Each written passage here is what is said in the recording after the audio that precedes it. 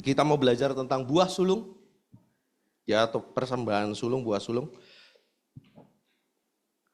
Yang mana ini banyak sekali pro dan kontra, ya, tapi balik lagi bahwa dasarnya kita adalah firman Tuhan, amin.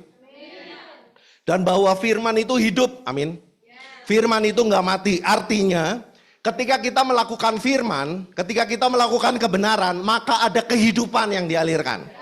Kita nggak perlu cuma sekedar mengerti, tapi kita lebih daripada mengerti, kita melakukan firman. Saya nggak tahu rasanya laut itu asin sebelum saya nyeblung lompat ke laut, dan saya rasakan bahwa air laut di Jayapura itu asin, ya. Dan setiap laut pasti asin, ya. Dan kita nggak akan pernah bisa ngalamin kebaikan-kebaikan Tuhan tanpa kita mengenal Tuhan dan tanpa kita melakukan firman Tuhan. Hari ini kita mau belajar tentang buah sulung. Sekali lagi, di luar sana banyak sekali pro dan kontra. Cuman saya mau ingetin buat setiap kita murid-murid Tuhan, dengar baik-baik. Lakukanlah dan alamilah. Bahwa waktu kau memberikan first fruit atau buah sulung, ya, maka setiap janji-janji Tuhan yang tertulis dalam firman Tuhan akan mulai digenapi dalam kehidupan kamu. Ya, yuk hari ini saya sepadat mungkin untuk bisa bagikan ini. Jadi bisa dengarkan baik-baik. Kita mulai dari Amsal 3 ayat yang ke-9.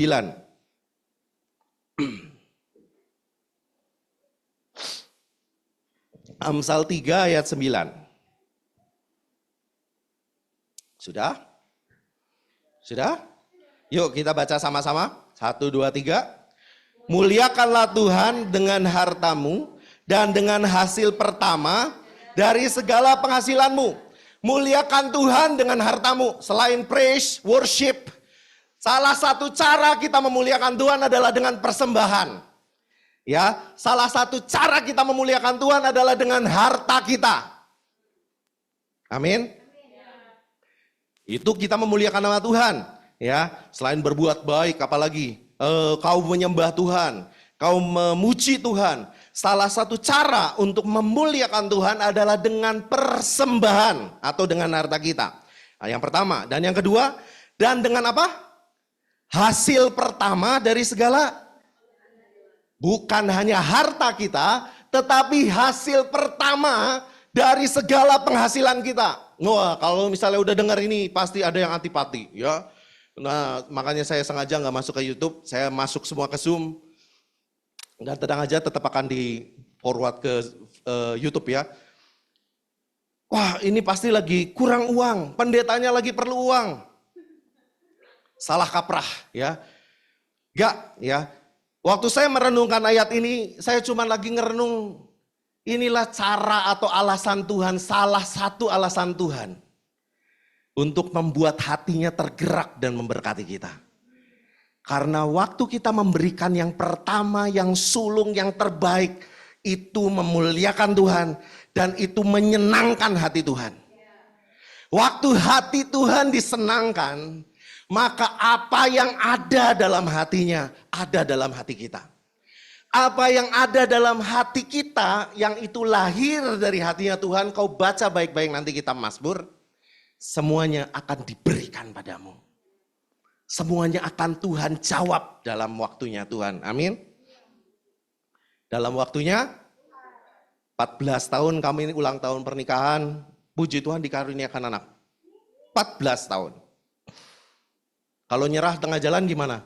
Gak berhasil.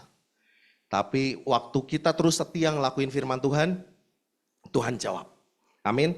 So muliakan Tuhan dengan hartamu, yang kedua dengan hasil pertama ini yang disebut dengan first fruit dari segala penghasilanmu. Di sini dibilang dari apa? Segala penghasilanmu. Ya, artinya utuh, lengkap.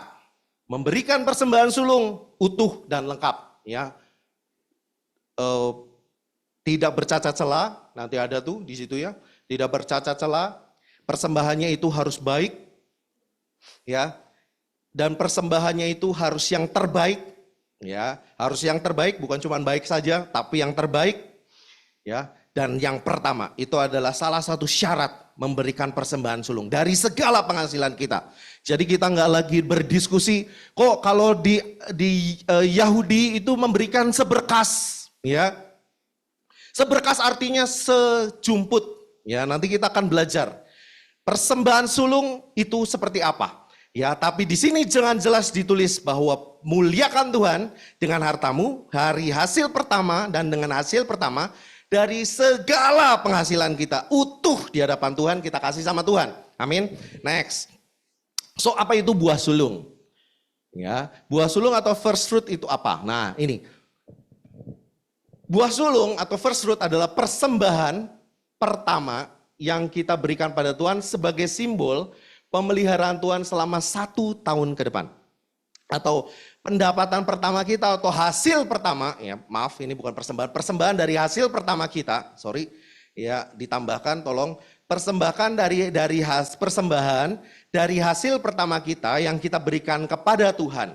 Ada tujuannya sebagai simbol pemeliharaan Tuhan selama 1 tahun ke depan.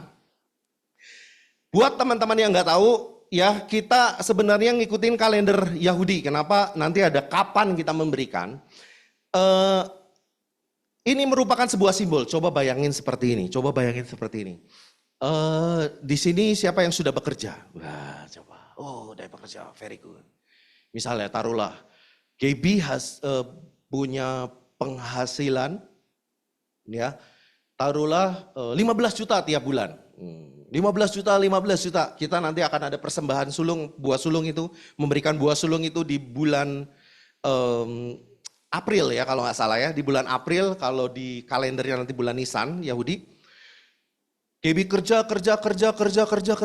Di bulan itu, wah ya, di bulan itu Gaby memberikan seluruh persembahannya, hasil dia bekerja, di bulan itu dikasih sama Tuhan. Diar, yang terbaik. Ya. Yang terbaik dikasih. Yang biasanya minum Starbucks hampir tiap hari. Makan minimal restoran ternama. Berkendaraan pakai Maxim, Grab, dan teman-temannya. Hari itu apa? Wah, ini saya udah kasih. Saya hidup bagaimana? Waktu kita memberikan persembahan sulung, itu simbol kita, Tuhan, kau akan pelihara saya selama 1 tahun. Ya, ini bukan bicara soal nominal, tapi kita mau kasih yang terbaik. Ya, kita mau kasih yang terbaik, yang pertama buat Tuhan. Ya, jadi persembahan dari hasil yang pertama yang kita berikan pada Tuhan sebagai simbol pemeliharaan Tuhan untuk selama 1 tahun ke depan.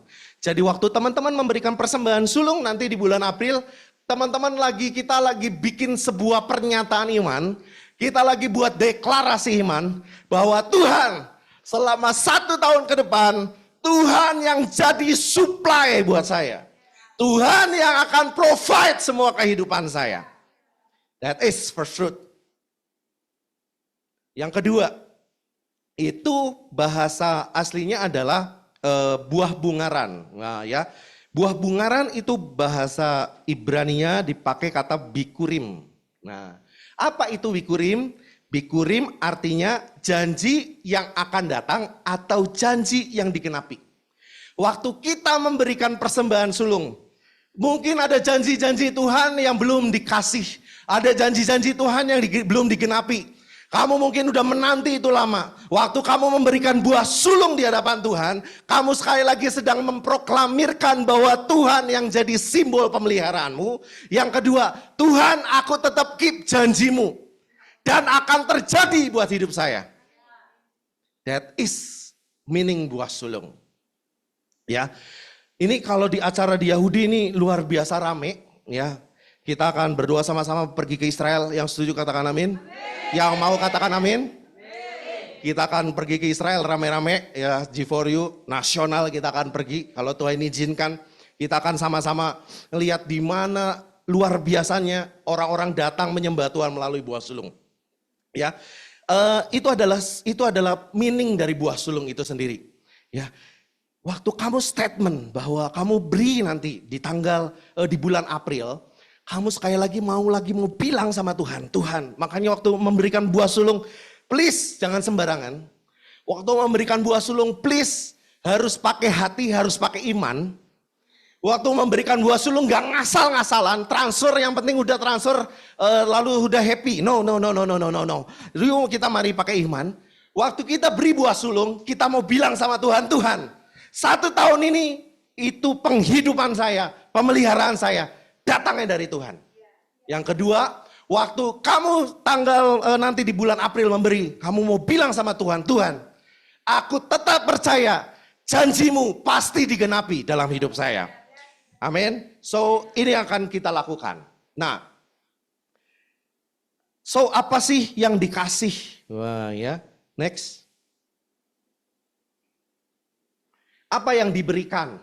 Apa yang harus diberikan? Apa yang harus diberikan waktu kita persembahan atau memberikan persembahan sulung atau buah sulung kita? Yuk kita buka di Nehemia 10 ayat 35. Nehemia 10 ayat 35.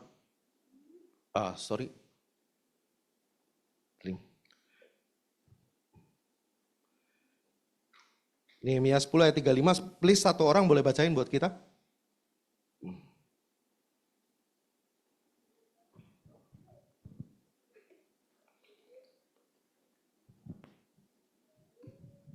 Nehemia 10 ayat 35, lagi pula setiap tahun kami akan membawa ke rumah Tuhan hasil yang pertama dari tanah kami dan buah sulung segala pohon. Nehemia 10 ayat 35, di situ jelas sekali ya, ditulis seperti ini ya. Lagi pula setiap tahun kami akan membawa ke rumah Tuhan hasil yang pertama dari tanah kami dan buah sulung dari segala pohon. Ya, jadi apa yang harus kita berikan? Ya, kamu bisa memberikan hasil bumi, hasil tanah. Di sini mungkin ada yang jadi petani. Ya, ini kenapa ini ditulis? Karena waktu zaman Israel, ini zaman Israel mayoritas pekerjaannya adalah bertani dan memiliki ternak. Ya, belum ada yang usaha kayak jual handphone di Glodok misalnya ya, atau jual pecel lele di pinggir jalan, tidak ada. Mereka hidup dari hasil tanam dan berternak. Ya, that's why yang diberikan sama Tuhan itu, yang diberikan kepada Tuhan itu, ya di Nehemia 10 ayat 35. Dan di sini catat ini baik-baik. Di Nehemia 10 ayat 35, di sini dicatat lagi pula setiap tahun. Dulu saya pikir teman-teman memberikan persembahan sulung itu 1 kali. Saya kerja. Hasil pertama saya gajian itu saya kasih. Dulu memang saya ngertinya seperti itu dan saya lakukan. Waktu itu pekerjaan pertama saya itu gajinya 750.000. Saya ingat Mbak, 750.000. Berapa? Di sini mungkin yang mahasiswa uang kosnya jauh lebih besar ya daripada uang jajan gaji saya pertama. 750.000 itu gaji saya pertama ya. Nah, waktu saya pertama kali dengar tentang kebenaran ini, ya harus dikasih kepada Tuhan. Awalnya gitu ya. Awalnya deg-degan ya, aduh gimana ya ngasih ke Tuhan nih gitu ya. Akhirnya udahlah. Ini firman saya harus lakukan. Saya gaji, saya ambil semua dari ATM, saya masukin amplop, saya kasih ya. Nah, 750.000 itu saya waktu itu kerjanya di Cirebon dan harus tiap Sabtu itu harus ke Bandung. Kenapa? Karena di Bandung itu lagi pergerakan. Karena di kita G4U waktu itu persekutuannya tiap Sabtu, saya nggak mau ketinggalan. Pokoknya setiap Sabtu saya harus pergi ke Bandung, saya harus ikut persekutuan. Saya kerja dari Cirebon, saya naik travel pulang pergi Bandung, Cirebon, Bandung ya. Saya bingung habis itu. Tuhan, kalau 750.000 saya kasih, transport gimana, makannya gimana? Betul ya? Iya dong, karena saya harus tetap makan dong. Teman-teman waktu memberikan persembahan sulung, jangan pikir teman-teman habis itu kenyang seumur hidup, enggak. You need food. Kamu tetap perlu makan, kamu tetap perlu uang. Dan ini mujizat terjadi. Waktu saya memberikan persembahan sulung, sudah saya enggak cerita ke siapa-siapa, saya cuma berdoa sama Tuhan. Tuhan, saya udah kasih, Dan saya bersyukur udah boleh kasih.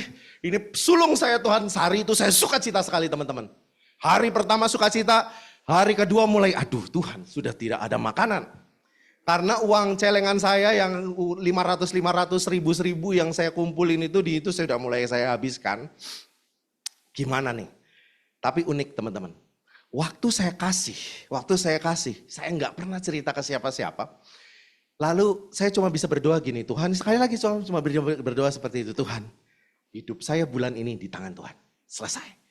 Bulan depan aman Tuhan, ada gaji. Tapi bulan ini terserah Tuhan. You know, tiba-tiba mama saya telepon. Dek, apa kabar? Oh ya, gimana kerjaan? Ya puji Tuhan mau. Fine, baik apa segala macam. Oke, ini mama transfer ya. Masuk. Gak gede karena udah kerja ya enggak. Wah ya puji Tuhan. Bisa buat beli makan dan peralatan mandi. Ya karena perlu sabun dong. Saya tetap harus wangi. Mandi. Aman. Dihitung-hitung saya bagi-bagi ya bisalah gitu ya. Bertahan saya beli warteg. Tapi untuk transport gak bisa. Tiba-tiba paman saya nggak tahu gimana tiba-tiba dari Jakarta datang. Waktu itu pas lagi main ke Bandung. Kontak. Di mana? Di sini. Jemput. Sudah dijemput, kita makan, biasa. Kan uncle kan selalu gitu ya, paman-paman kita kan gitu, salam tempel. Kamu baik-baik ya kerja, balik lagi ke Cirebon hati-hati. Pak, selama 1 bulan di cover sama Tuhan. Bahkan lebih.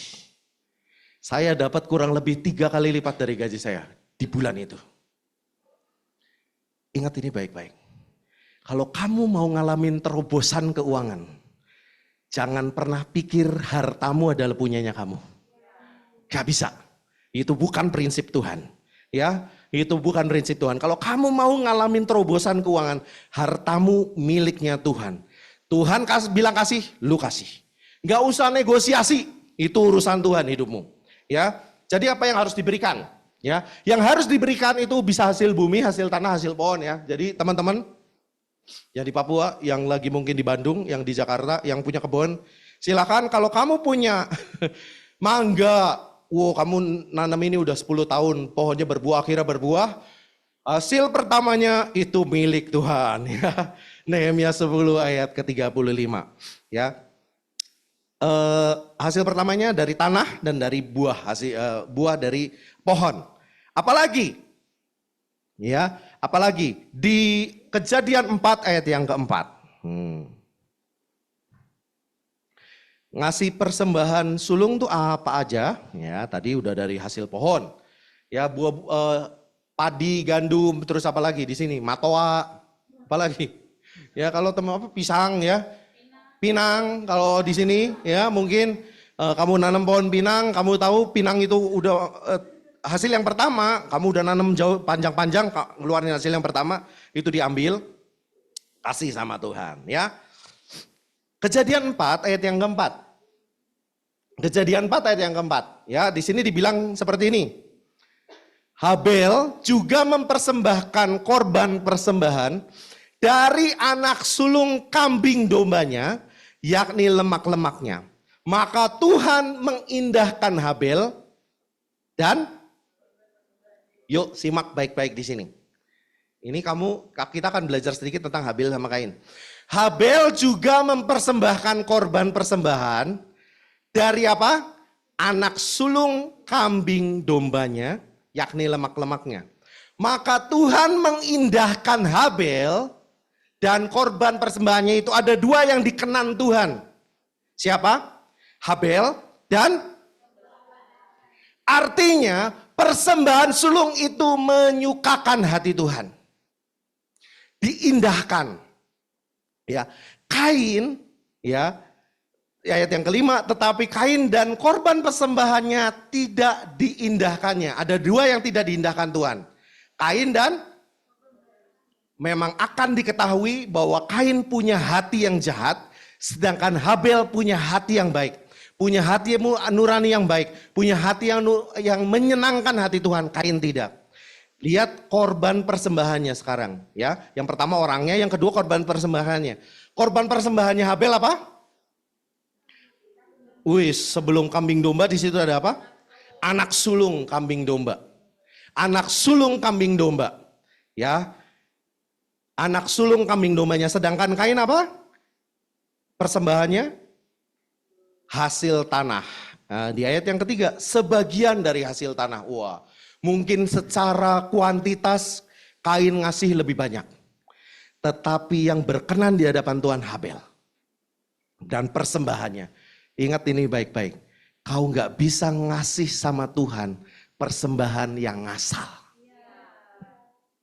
Gak bisa. Kau nggak bisa ngasih sama Tuhan persembahan semau kamu. Tuhan, pokoknya aku mau kasih ini. No, nggak bisa. Nggak dikenan Tuhan. Kain nggak ngerti prinsip ini, sedangkan Habel ngerti prinsip ini. Tuhan senang sama yang namanya korban yang hidup. That's why Habel kasih kambing domba anak pertamanya. Ya, so persembahan yang sulung itu disuka sama Tuhan. Ya, kenapa seperti itu? Simple. Karena Tuhan sangat suka sama yang namanya kesulungan. Ya, segala sesuatu yang sulung itu adalah punyanya Tuhan. Ya, segala sesuatu yang sulung itu punyanya Tuhan. Jadi penting untuk kita ngerti ini. Sulung itu karena sulung, kenapa harus yang sulung? Karena sulung bicara yang terbaik. Siapa di sini pernah punya peliharaan anjing? Anjing yang pertama itu pasti selalu diingat. Begitu anjing yang pertama mati, yang kedua tuh nggak bisa menggantikan. Sayang sih, tapi beda rasanya, betul? Itu sulung. That's why Tuhan suka sekali sama kesulungan. Tuhan suka sekali persembahan sulung, Tuhan suka sekali anak sulung, Tuhan suka sekali segala sesuatu yang berbau dengan tentang sulung ini. Ya, Tuhan suka sekali. Nah, perhatikan ini baik-baik, ya.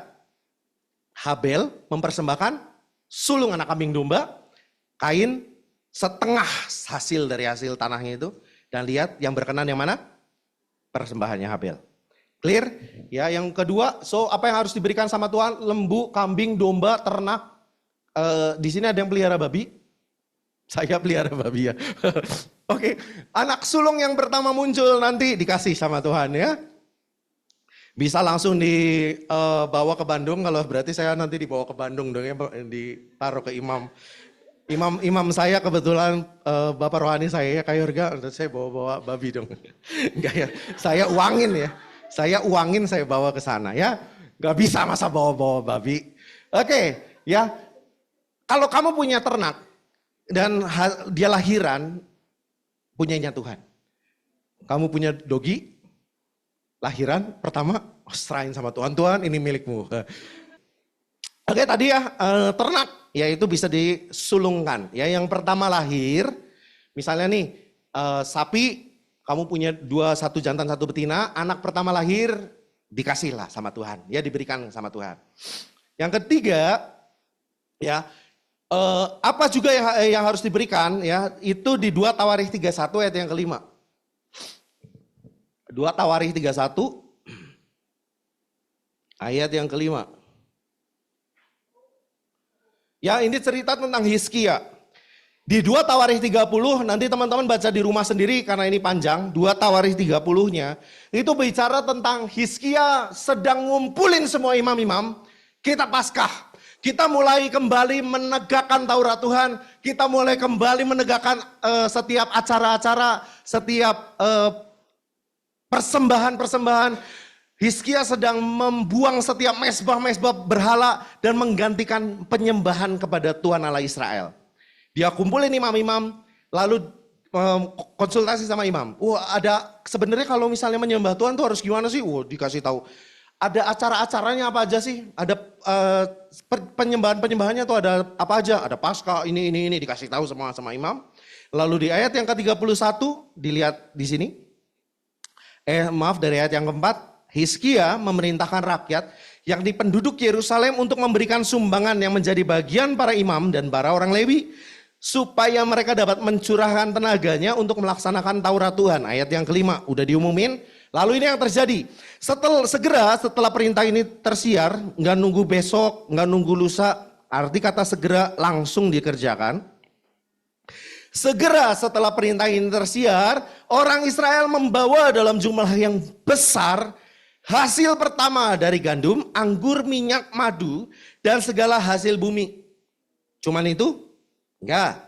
Lanjutnya, mereka membawa juga persembahan dari segala sesuatu dalam jumlah yang begitu besar. Ya, jadi waktu kita nanti di bulan April itu memberikan persembahan sulung kita sama Tuhan, buah bungaran kita sama Tuhan. Di sini umat Israel juga memberikan persepuluhan. Artinya apa? Waktu kita memberikan persembahan sulung, tidak meniadakan, jangan berarti nggak meniadakan persembahan perpuluhan. Clear? Ya. Wah, ini pendetanya matre banget ya. Waduh. Pendeta di depan pastor di depan ini matre banget.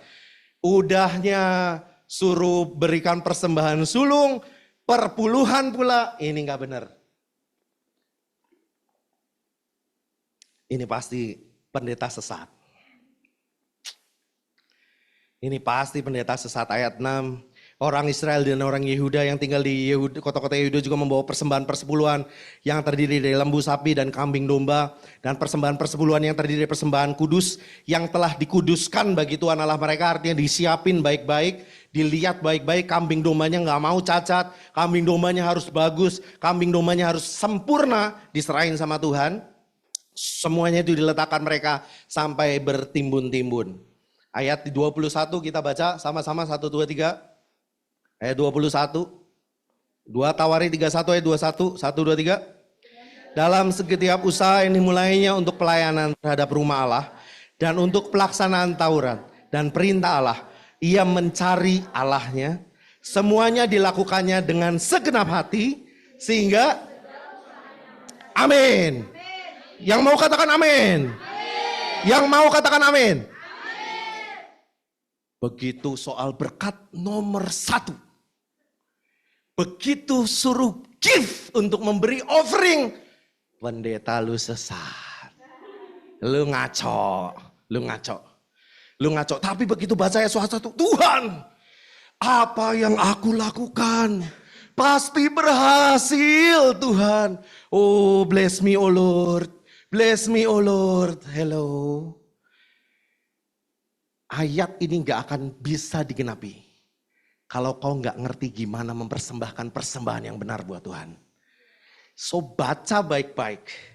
Kalau hati kita masalah seperti ini aja, masih bilang seperti ini, aduh Tuhan, ini gereja masih pengen kaya. Ini gereja masih pengen persekutuan G4 ini pasti pengen supaya banyak uang gitu ya. So hati-hati. Why? Kenapa? Karena gini. Tuhan kadang harus dalam tanda petik tangkap ini baik-baik. Ya, waktu saya siapin ini. Kenapa sih Tuhan harus persembahan sulung atau harus perpuluhan? Sekali lagi.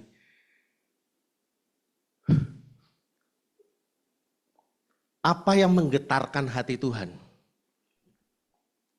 adalah ketika ngelihat anak-anaknya ngasih persembahan yang terbaik buat Tuhan. Waktu kita nggak hitung-hitungan sama Tuhan. Waktu kita nggak, aduh Tuhan susah berat, aduh Tuhan gaji saya nggak cukup, aduh Tuhan ini itu, Tuhan ini G4 ini pengen kaya doang, aduh pembimbing saya ini pengen kaya doang, Tuhan ini dasarnya nggak benar. Gak bisa. Motif hati kita berarti masih belum benar. Nanti kita akan belajar di terakhir. Kenapa motif hati itu begitu penting sama Tuhan. Ya, di 2 Tawarikh 31 ayat yang kelima sekali lagi di sini jelas. Ya, waktu kita memberikan sulung, juga di situ kita memberikan persepuluhan. Jadi penting sekali untuk kita punya hikmat untuk ngatur uang. Yang sudah kerja, angkat tangan tadi siapa? Mulai atur uangnya baik-baik. Yang belum kerja, dapat kerjaan, di tahun ini adalah pintu di mana Tuhan akan bukakan pintu-pintunya buat setiap kita. Yang mau dapat kerja, ya perhatikan prinsip-prinsip kebenaran firman Tuhan di sini. Ya, dan sekarang apa? Tuhan akan bukakan pintu buat hidupnya kita. Terakhir, apa yang harus diberikan? Ya, di Amsal 3 ayat yang 9 tadi. Haleluya. Amsal 3 ayat yang ke-9. Yes, ya. Muliakan Tuhan dengan hartamu dan dengan hasil pertama dari segala penghasilanmu. Dengan harta dan semua hasil penghasilan, semua sumber source of income kamu kasih sama Tuhan. Source of income-nya kita kasih sama Tuhan. Ya, sumber income-nya kita, semua hasilnya kasih sama Tuhan dalam bentuk persembahan sulung. Ya, bisa bentuknya uang.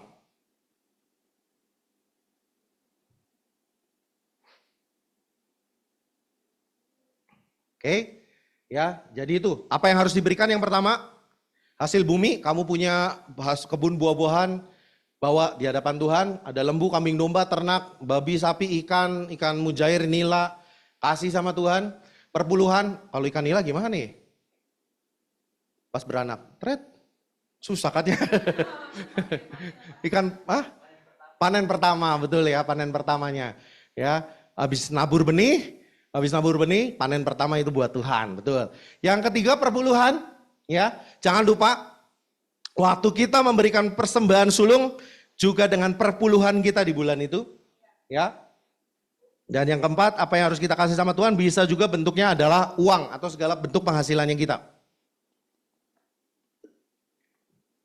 Ya, nah, jadi ini hanya bisa dilakukan sama orang-orang yang sudah bekerja atau punya usaha. Ya, jadi yang belum berusaha, yang belum bekerja, berdoa minta sama Tuhan supaya kamu dapat kerjaan. Dan kamu akan ngalamin terobosan-terobosan finansial. Yang belum punya bisnis, berdoa sama Tuhan. Tuhan, aku mau punya bisnis. Tuhan pasti akan bukakan di tahun ini. That's why, tapi kita harus punya konsep hati yang benar dulu. Ya, bahwa harta kita bukan punya, katakan, hartaku milik Tuhan. Harta kita milik Tuhan. Jadi jangan punya ini milik saya. Kalau punya sikap hati seperti itu, begitu kau diberkati akan nyimpang. Ininya kita, segala sumber penghasilan, keran-keran yang baru akan Tuhan buka. Keran-keran yang baru akan Tuhan buka. Jadi income-mu bukan dari gajimu doang. Income-mu bisa dari manapun Tuhan akan bukakan. Karena saya lagi mau ngenapin ayat yang kayak ini. Segala hasil dari penghasilanmu, dari setiap keran-keran yang nanti akan Tuhan buka, aku akan kasih buat Tuhan. Siap? Yakin? Yakin nih? Kalau masih sedikit jumlahnya jutaan tuh masih gampang. Puluhan juta, ratusan juta. Tuhan kalau ini dikasih sebenarnya saya bisa buat beli mobil Innova 1. Kayaknya gak berat deh Tuhan. Gimana kalau saya tunda? Lihat itu, nanti kita akan belajar kenapa itu bisa muncul. Ya. Lanjutnya, kita lanjut ke sini dulu. Kapan sih buah sulung ini diberikan? Yuk kita baca dulu Imamat 23.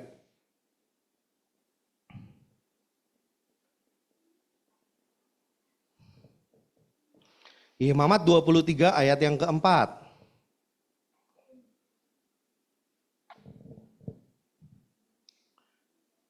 Bisa itu? Isi worship. Imamat 23 ayat yang keempat.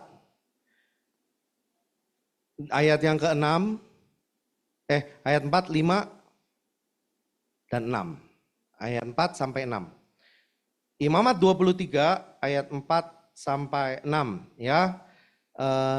Kita baca. Inilah hari-hari raya yang ditetapkan Tuhan. Hari-hari pertemuan kudus yang harus kamu maklumkan masing-masing pada waktunya yang tetap. Dalam bulan yang pertama, pada tanggal 14 bulan itu, pada waktu senja, ada Paskah bagi Tuhan. Dan pada hari yang ke-15 bulan itu, ada hari raya roti tidak beragi bagi Tuhan. 7 hari lamanya, kamu harus makan roti yang tidak beragi. Balik lagi ke slide. Ya, kapan buah sulung diberikan? Ya, kita mau lihat menurut bacaan yang tadi kita baca. Ya, di bulan ke-14, di bulan pertama, catat, bulan pertama kalender Yahudi itu bulan Abib atau bulan Nisan. Jadi nanti kita akan sedikit belajar tentang pertanggalan Yahudi.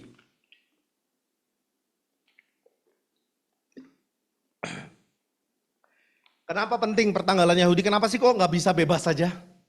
Kenapa sih kok nggak bisa, ya apa ya? Yang penting kan kita mempersembahkan gitu loh, ya. Yang penting kan kita yang ngasih lah buat Tuhan, ya. Gak bisa ya, karena segala sesuatu tuh Tuhan punya waktu. Tuhan tuh punya rencana, Tuhan tuh punya kairos yang gak sembarangan tuh kita bisa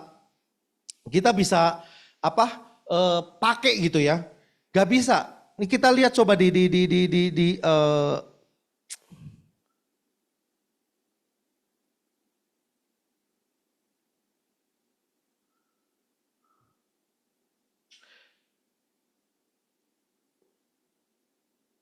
pengkhotbah ya.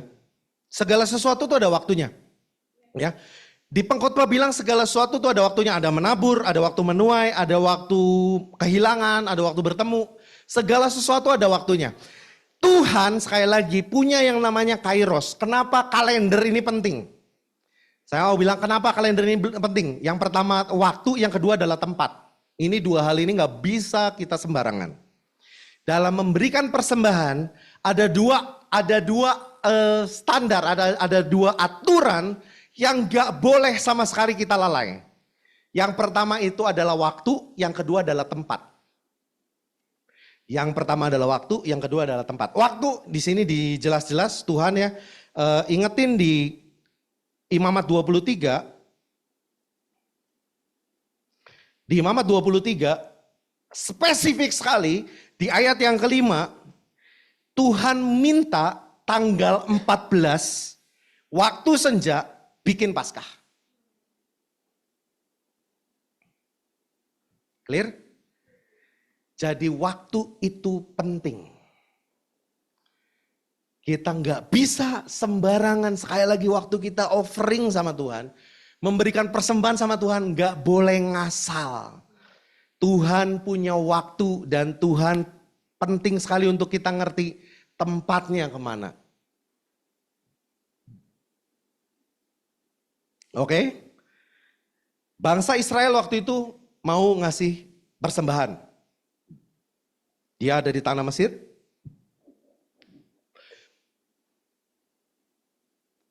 Musa datang, Firaun gak mau kasih. Gak boleh lepas. Tetap harus dalam penjajahan Mesir. Ya, dibuatlah 10 tulah, pernah dengar cerita itu? Lalu bangsa Israel dibawa sama Tuhan keluar dari Mesir. Sebelum dia keluar, Musa bilang gini, izinkanlah ya, hamba-hambamu ini, umatmu ini pergi untuk mempersembahkan korban. Betul? Udah deh kalau lu mau persembahin korban, udah di sini aja, di situ tuh, ntar gua kasih tempatnya. Lalu Musa bilang, oh nggak bisa. Tempat yang harus dipersembahkan korban itu, tempatnya nanti akan ditunjukkan Tuhan. Emang lu ngada-ngada Musa, lu udah paling pinter, lu ngeles lu. Udah sih sama aja di situ, apa bedanya? Nggak bisa. Tuhan caranya nggak gitu. Waktu kamu dikasih tahu, ayo tabur ke tempat ini. Atau kamu tabur ke orang itu. Berikan nominal segini buat orang itu. Nominalnya udah bener. Ah Tuhan. Tapi kayaknya si A lebih membutuhkan daripada si B. Si A aja ya Tuhan, aduh udah kasihan itu. Udah aduh Tuhan Yesus tolong tinggal tulang sama kulit itu Tuhan. Harus dibantu ini. Nominalnya lumayan ini Tuhan, kalau bantu dia itu akan lebih bermanfaat. Ingat ini, Tuhan gak bisa disogok kayak gitu. Gak bisa Tuhan kompromi kayak gitu. Kalau Tuhan bilang kasih ke B, kasih ke B. Kalau Tuhan bilang kasih ke A, kasih ke A. Gak bisa, hati-hati sama tempat ya. Jadi tempat dan waktu ini penting di hadapan Tuhan waktu kamu offering. Ya, Nisan Paskah. Ya, tanggal 14 adakanlah Paskah bagi Tuhan. Paskah itu bicara soal pengorbanan Kristus. Paskah bicara soal menyembelih anak domba. Paskah bicara soal di mana Tuhan menghalau malaikat kematian waktu ada di tanah Gosyen. Paskah bicara soal itu. Paskah bicara soal kematian Kristus di atas kayu salib. Makanya waktu Kristus hidup di muka bumi nggak main-main. Semuanya tuh tertata rapi dalam kairos Tuhan. Yesus mati di atas kayu salib persis tanggal 14 Nisan. Dialah korban domba Paskah kita. Ya, tujuannya buat apa? Kalau kamu baca lagi perjanjian lama, korban itu kamu harus taruh di atas di palang pintu kanan kiri atas bawah, kanan kiri atas. Lalu darah itu kamu sapukan gitu ya. Maka ketika ada malaikat kematian, lihat ada tanda itu, malaikat akan melaluinya. Itu yang disebut dengan Passover atau melalui, itulah Paskah. Waktu kita punya darah Yesus, tidak ada kematian dalam hidupmu. Klaim itu, janji Tuhan itu buat hidupmu. Darah Yesus cukup untukmu. Nisan itu perlambangnya itu.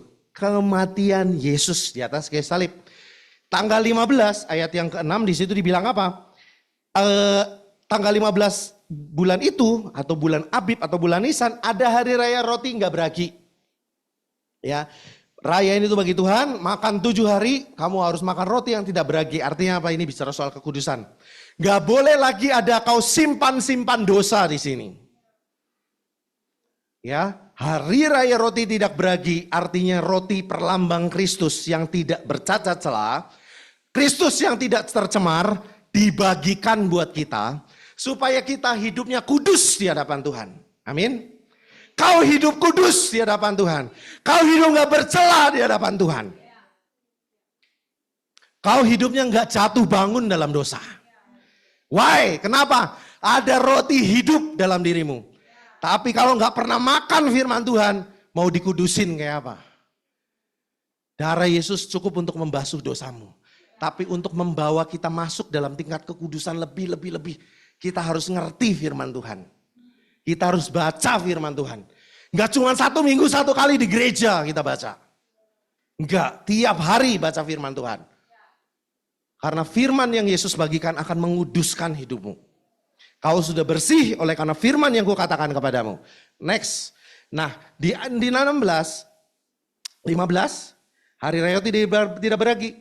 Tanggal 16 ya di situ kita baca di ayat yang ke-11. Imamat 23 ayat 11. Kapan sih kita harus ngelakuin persembahan sulung? Di ayat yang ke-11, Imamat 23 ayat 11. Dan imam itu haruslah mengunjukkan berkas itu di hadapan Tuhan. Tahu ditunjukkan tuh begini, diangkat, diunjukkan. Ya kalau bahasa Inggrisnya itu di waving. Ya, dikibar-kibar ya. Berkasnya kita di hadapan Tuhan. Supaya Tuhan berkenan. Atakan apa? Kamu. Ya, mau dikenan Tuhan? Yakin? Nanti di bulan April yuk kita sama-sama kasih persembahan sulung. Dan imam haruslah menunjukkan berkas itu di hadapan Tuhan. Imam bawa, jadi kamu kasih. Nanti imam akan berdoa di hadapan Tuhan. Supaya imam berdoa di hadapan Tuhan dan supaya Tuhan memberkati, memberkenan atas apa yang kamu kasih dan atas hidupmu. Sama seperti Habel. Imam harus mengunjukkannya pada hari sesudah Sabat. Nah ya, tadi itu balik lagi ke yang tadi. Nisan, Yesus mati di atas kayu salib. Tanggal 15 itu hari Sabat. Hari setelah Sabat adalah hari buah sulung atau buah bungaran. Imam harus mengunjukkan itu di hadapan Tuhan sesudah hari Sabat. Ya, itu yang namanya perayaan buah sulung. So, buah sulung itu apa? Itu perlambang kebangkitan Kristus. Waktu kamu memberikan persembahan sulung sama Tuhan, kamu lagi ingat, kamu lagi mau bawa persembahanmu itu di hadapan Tuhan. Kamu lagi mau celebrate bahwa Yesus Kristus bangkit buat hidup kamu. Kebangkitan Kristus. Makanya Yesus yang sulung. Yuk kita buka di 1 Korintus 15 ayat 23 dengan cepat. 1 Korintus 15 ayat 23. Wah. Dengan cepat. Waduh. Yuk, 1 Korintus 15 ayat 23. Sudah? Tetapi tiap-tiap orang menurut urutannya. Kristus sebagai buah sulung. Habis itu? Siapa itu mereka yang menjadi miliknya? Katakan saya. Waktu Kristus bangkit, boom, sebagai yang sulung. Yang lain yang percaya padanya akan ngikutin kebangkitan itu. That's why nggak ada lagi orang-orang yang keterikatan dalam Kristus. Kau bangkit, kau berkemenangan. Makanya hidupnya nggak pernah jadi mati. Hidupnya tuh nggak pernah, aduh kenapa ya saya menyesali hari-hari saya lahir. Kenapa ya begini, kenapa ya begitu. No! Karena kau tahu kau bangkit bersama-sama dengan Kristus. So itulah persembahan sulung. Kau lagi celebrate tentang kebangkitan Kristus. Ya, kau lagi merayakan kebangkitan Kristus yang bangkit dalam hidupmu. Waktu Kristus bangkit sekali lagi, sesudah itu saya yang menjadi miliknya. Pada waktu kedatangannya. Amin. Next. Maka saya akan dibangkitkan bersama-sama dengan Kristus. Cukup, perayaan ini belum selesai. Kalau kita baca, pasal-pasal selanjutnya, ini luar biasa banget. Next, tapi saya ajar sedikit di sini. Ingat ya, Yesus mati. Back. Iya. Yesus mati. Hari Sabat, tanggal 16 Nisannya Yesus bangkit. Dan kita sedang merayakan kebangkitan Kristus waktu kita memberikan persembahan sulung. Oke, sekali lagi kita sedang mau nyatakan sama Kristus, engkau yang dahulu bangkit. Kapan kita bangkitnya? Next. 16 Nisan buah sulung. Kalau nanti teman-teman baca, ada satu perintah. Hitung 7 minggu, habis itu kamu akan merayakan yang namanya Hari Raya Menuai. Di Taurat, Hari Raya Menuai disebut dengan Pentakosta. Katakan sama-sama Pentakosta. Apa artinya? Roma 8 ayat 23. Wah, keren banget Tuhan Yesus ya. Lihat ini, Tuhan Yesus tuh sangat presisi sama yang namanya waktu. Presisi banget. Ada setiap peristiwanya, setiap peristiwa itu punya meaning sama Tuhan. Dan berarti banget buat hidup kita. Ya, saya akan bacakan Roma 8 ayat 23. Dan bukan hanya mereka saja, tetapi kita yang telah menerima karunia sulung roh, kita juga mengeluh dalam hati kita sambil menantikan pengangkatan sebagai anak, yaitu pembebasan tubuh kita. Ya, waktu kita memberikan persembahan sulung, ya makanya di perayaan-perayaan besar umat Yahudi, selain nanti kita orang Yahudi melakukan persembahan sulung, di slide-nya please. Di hari raya menuai atau hari raya Pentakosta, ini pesta besar-besaran. Mereka celebrate. Mereka mengucap syukur di hadapan Tuhan. Ada juga yang mereka membawa hasil dari kebunnya. Mereka membawa lagi hasil dari ternaknya. Mereka bawa lagi hasil dari pohon-pohon yang mereka tanam. Mereka bawa kembali ngumpul sama imam-imam. Dan mereka unjuk lagi di hadapan Tuhan. Tuhan, ini hasil yang udah Tuhan kasih. Ini hasil yang udah Tuhan kasih. Waktu kami persembahan sulung di tanggal 16 Nisan. Ya, that's why nanti yang nggak tahu mungkin nanti leader akan ngumpul lagi. Kita akan kumpul lagi di tanggal hari Pentakosta untuk kita celebrate sama-sama bahwa pencurahan Roh Kudus akan terus berlangsung buat hidupnya kita. Ya, kita mau imani sama-sama di tahun-tahun ini adalah tahun akhir dari akhir zaman. Kita minta Roh Kudus akan tercurah dalam hidupnya kita. Yesus mati di tanggal 14, bangkit tanggal 16, lalu di murid-murid suruh tunggu betul di loteng Yerusalem. Dihitung-hitung itu 50 hari atau 7 minggu. 50 hari atau 7 minggu Yesus bilang sebelum terangkat ke surga. Tunggulah di sini, tunggulah di Yerusalem sampai aku memperlengkapi kamu dari tempat yang maha tinggi. Oke? Murid-murid tunggu 50 hari pas Pentakosta, boom, semua dilawat. 120 orang yang ada di loteng itu dipenuhi Roh Kudus semua. Gak ada satupun yang tidak. Mereka bersuka cita karena penuaian besar-besaran. Satu orang Petrus dia berkhotbah, 3.000 orang bertobat. Dan saya rindu sekali api itu kembali buat Indonesia. Saya rindu sekali api itu kembali buat Papua. Papua pernah ada Injil Tuhan, tapi sekarang kemana Injil itu? Now, saatnya minta itu kembali di hadapan Tuhan. Papua harus penuh dengan kemuliaan Tuhan. Papua harus penuh dengan api Roh Kudus. Karena tanah ini pernah diinjak sama rasul-rasul. Tanah ini pernah diinjak sama penginjil-penginjil besar. Tanah ini pernah ditanam Injil. Dan hari ini kita harus berdoa buat Injil itu bangkit buat tanah ini. Pencurahan Roh Kudus, so persiapin diri kita. Ya, waktu kita memberikan persepuluhan persembahan sulung ya. Nanti di tanggal 16 Nisan. Hitung 7 minggu Pentakosta, kamu berdoa sama Tuhan. Sorak-sorai di hadapan Tuhan. Tuhan makasih buat hasil yang Tuhan beri buat hidup kami. Uniknya teman-teman, dari tanggal 16 Nisan sampai Hari Raya Menuai, catat ini baik-baik, Tuhan perintahkan buat orang Israel tidak boleh ngambil hasilnya sampai Hari Raya Menuai atau Pentakosta. Artinya gini, kalau kamu punya gandumnya ini udah mulai tumbuh bagus gitu ya. Sebelum Hari Raya Pentakosta, ini nggak boleh kamu buat roti gandum deh, nggak bisa. Benar-benar penghasilan kamu dari tanggal 16 Nisan sampai Hari Raya Penuaian Pentakosta di cover sama Tuhan. Ya, ini kenapa buah sulung ini penting sekali. Gongnya di tanggal 16 Nisan ini penting sekali buat kita.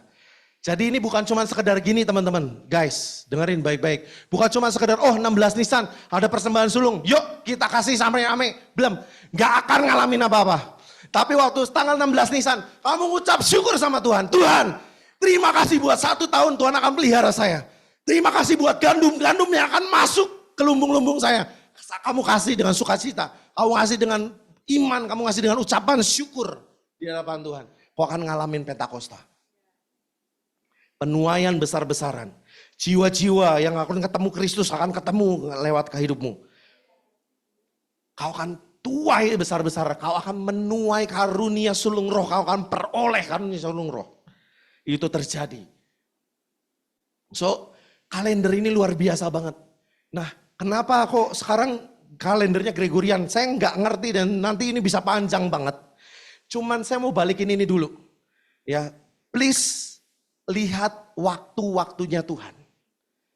Tanggal 16 Nisan, 14 Paskah, 16 Nisan buah sulung, dan siap-siap kita akan ngalamin Pentakosta. So, kepada siapa buah sulung ini diberikan? Nextnya. Ya, tadi ingat ya, tempat ini penting, waktu kita udah belajar. Waktunya adalah 16 Nisan. Nah, sekarang kepada siapa? Kepada siapa ini bicara soal tempat? Kepada siapa kita ngasih buah sulung? Siapa yang bisa kasih? Adalah orang-orang yang bekerja, orang-orang yang sudah menghasilkan. Tapi kalau kamu mau latihan untuk memberikan persembahan sulung atau memberikan persepuluhan, ya persembahan persepuluhan sama persembahan sulung itu kayak kakak adik. Tadi kita udah baca. Orang Israel ngasih persembahan sulung juga ngasih perpuluhan, mengembalikan perpuluhan sama Tuhan. Ya, sulung sama perpuluhan, sekali lagi, ini adalah duet combo yang betul-betul waktu kita praktekkan firman iman ini, hidupmu akan jadi pribadi yang luar biasa. Imamat 23 ayat 10 sampai 11. Nah, sekarang kita baca buat siapa atau kemana buah sulung diberikan. Imamat 23 ayat 10 sampai 11. Please, satu orang boleh bacain.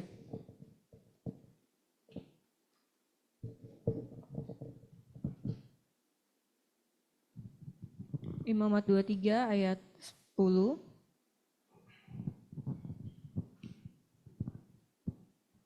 Imamat 23 ayat 10 sampai 11.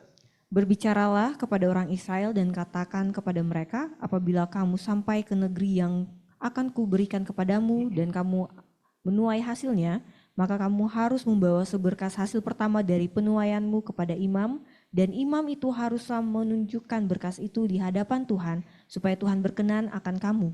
Imam harus menunjukkannya pada hari sesudah Sabat itu. Oke, jelas. Kepada siapa persembahan itu dibawa? Imam. Kepada imam persembahan kita bawa. Ya. Lanjut, Bilangan 18 ayat 12 sampai 13.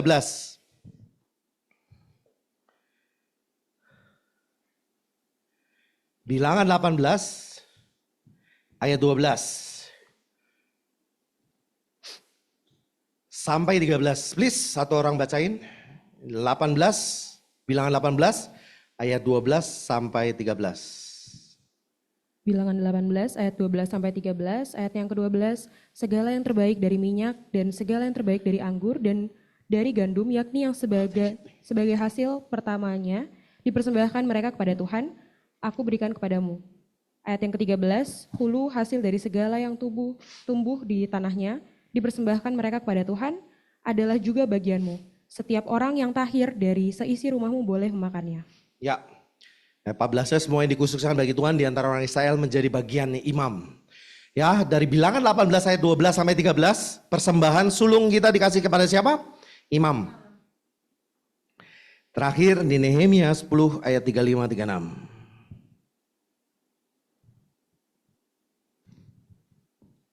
Lagi pula, setiap tahun kami akan membawa ke rumah Tuhan hasil yang pertama dari tanah kami dan buah sulung segala pohon.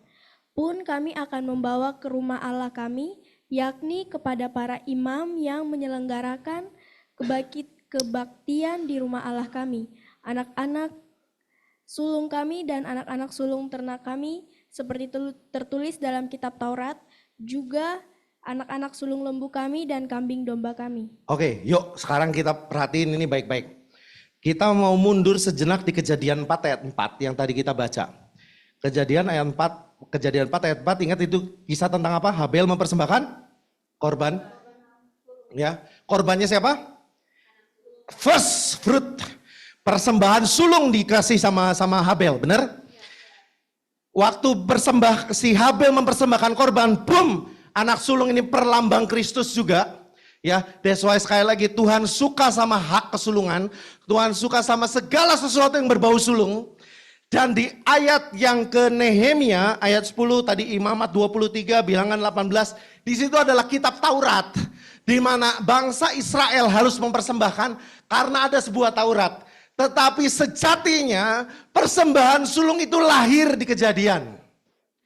That's why banyak yang bilang gini, loh persembahan sulung itu, persembahan persepuluhan itu udah gak ada. Karena gak ada Lewi. Sadari betul bahwa sebelum Taurat muncul, Habel sudah mempersembahkan sulungnya sama Tuhan. Yang kedua, Abraham sebelum Taurat muncul, dia mempersembahkan persepuluhan buat Melkisedek. Ada yang ngajarin? Gak ada. Tetapi mereka berdua ngerti isi hati Tuhan. Bahwa perpuluhan dan persembahan sulung menyukakan hati Tuhan, menggetarkan hati Tuhan. Halo, amin. So, waktu bilang di sini, kan ini udah nggak ada, ini kan perjanjian lama. Siapa bilang? Ini kita lagi nggak memenuhi tuntutan perjanjian lama, saudara. Nggak. Kita lagi nggak memenuhi ini. Kita lagi mau ngalamin yang namanya terobosan-terobosan.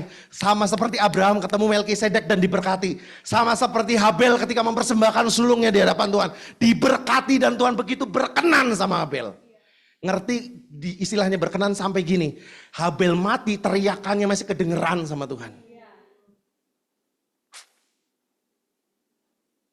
Habel hidup? No, dia meninggal. Dibunuh kakaknya. Tapi karena begitu berkenan darahnya kedengeran sama Tuhan.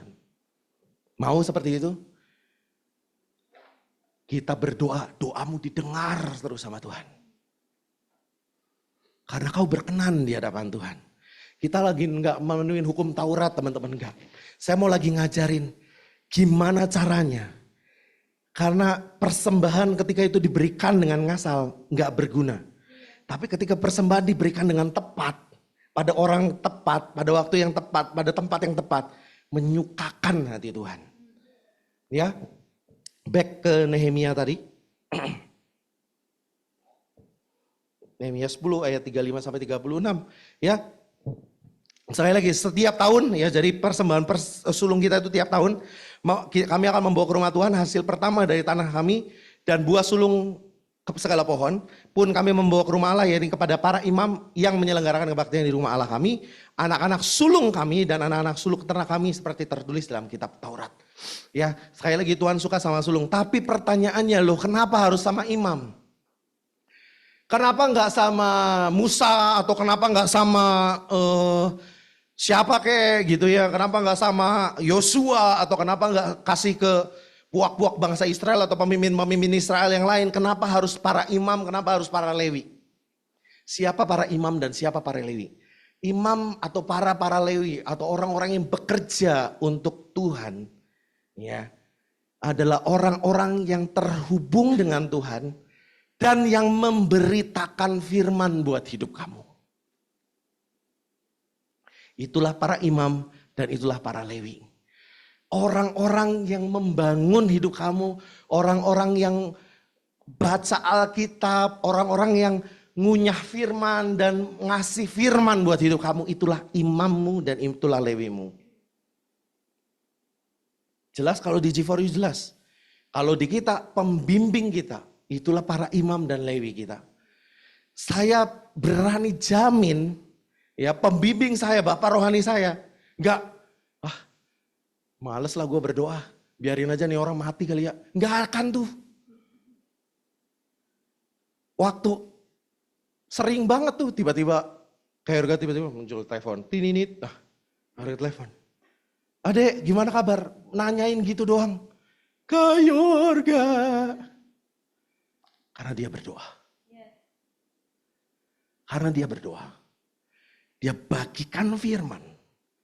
Apa yang jadi makanannya di bareng Tuhan. Setiap saat teduh paginya makan kunyah. Dan dia sharingkan di tengah-tengah kita. Kau punya pembimbing. Kau punya pembimbing. Respect 2 kali lipat kalau kata firman Tuhan. That's why kenapa kita kasih ke imam, simple banget. Karena imam itu yang kasih makan saya. Kalau nanti kamu baca di kitab Maleaki tentang persepuluhan, di situ dibilang supaya rumahku tidak kekurangan makan, betul? Berikan persembahan, bawalah persembahan persepuluhanmu ya, supaya penuh rumah perbendaharaanku dan supaya penuh rumah perbendaharaanku. Titik, benar nggak?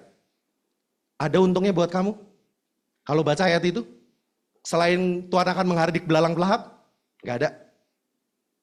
Tapi ingat ini baik-baik. Waktu saya renungin ini, kenapa harus sama imam? Imam adalah orang yang terkoneksi dengan Tuhan. Imam dan Lewi adalah orang-orang yang connect sama Tuhan dan dia ngerti firman Tuhan dan dia ngerti isi hati Tuhan dan dia ngajar firman Tuhan, dia memberikan makan. Ngerti? Waktu sudah tidak ada lagi perbendaharaan di rumah Lewi dan imam, waktu kita nggak ngasih ke orang yang tepat, ke pembimbing kita, ke orang yang layak dapat makan ini, maka nggak akan lagi ada firman mengalir keluar dari dalam mulutnya buat merubah hidup kamu. Sesimpel itu. That's why kenapa harus para imam? Kalau kita nggak kasih ke para imam, maka kita nggak akan lagi mendengar firman kebenaran. Ya, karena prinsipnya gini, waktu Lewi sudah tidak dapat makan, Lewi akan pergi ke tanah-tanah saudara-saudara yang lain dan dia akan kerja di sana. Lewi nggak lagi masuk ke bait suci. Orang-orang Lewi dan para imam nggak lagi cari wajah Tuhan. Orang-orang Lewi dan para imam nggak lagi untuk sujud berdoa. Nggak akan lagi membela kita di hadapan Tuhan. No. Tapi waktu kita ngasih yang terbaik. Kau kasih sulumu, kau kasih persembahan perpuluhanmu sama Lewi. Sama orang yang punya covering hidup secara spirit dengan hidupmu. Kau sedang mengalirkan, kau lagi mengizinkan Tuhan mengalirkan kehidupan melalui pembimbingmu itu. Siapa di sini yang pernah ngalamin waktu pemuridan, lagi bagi firman, Tuhan ini saya banget, saya lagi perlu firman ini. Pernah ngalamin? Karena yang hidup itu lagi mengalirkan firman itu buat hidupmu. Sang sumber hidup Bapa sendiri sedang mengalirkan firman itu.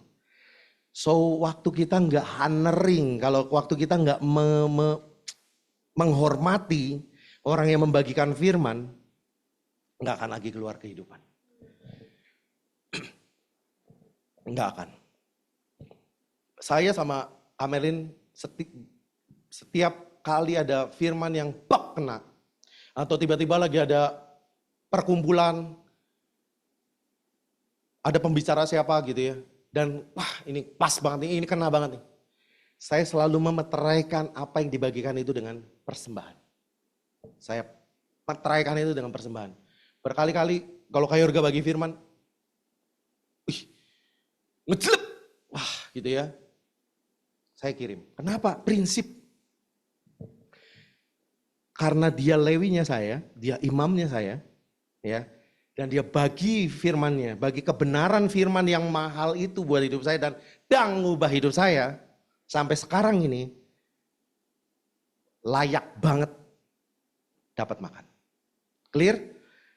Ya, hati-hati ya. Jadi ini harus di tempat yang tepat. Kalau kamu ngerasa kamu tahu pembimbingmu, memperhatikanmu, pembimbingmu itu bawa makanan buat hidupmu, itulah imam, itulah lewinya Tuhan buat hidupnya kamu. Clear? Harus dikasih sama para imam. Next. Kalau kan nanti kelamaan di sini. Oke, terakhir. Kenapa kita harus ngasih buah sulung? Yang pertama, memuliakan Tuhan di Amsal 3 ayat 9 tadi, nggak usah kita baca lagi ya. Muliakanlah Tuhan dengan segala hartamu dan dengan hasil pertama dari segala penghasilanmu. Ya, waktu kita memberikan sulung, kita sedang memuliakan Tuhan. Yang kedua, kenapa kita ngasih sulung?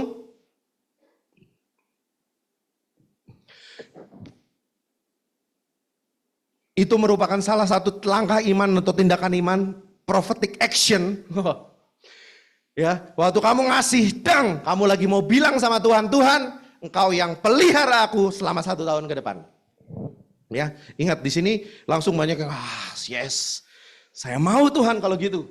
Ya, tapi fokusnya ke materi. Ini yang banyak sekali makanya habis itu tuh lu melarat nggak karu-karuan. Jangan fokusnya sama materinya men, tapi fokusnya sama Tuhannya. Ingat ya, waktu memberi motif hati kita tuh penting banget. Motivasi hati kita tuh penting banget. Kalau kita memberi motifnya uang, kau nggak akan dapetin apa-apa. Tapi kalau kau memberi karena fokusnya Tuhan, karena kau cinta Tuhan, kau akan dapetin segalanya dari Tuhan. Ya, so hati-hati sama ini ya. Ingat ya, waktu kita memberi persembahan sulung kah, perpuluhan kah, fokusnya kita bukan sama materinya, tapi fokusnya sama Tuhannya. Fokus ke Tuhan, fokus ke Tuhan. Ya, mengucap syukur sama Tuhan. Satu kali waktu ada ibadah persekutuan di G4U, itu biasa ya, waktu dulu tuh persembahan ditaruh di depan ada kotak, lalu orang jalan maju. Saya jalan men, karena ya biasa lah ya waktunya persembahan is offering time, keprok.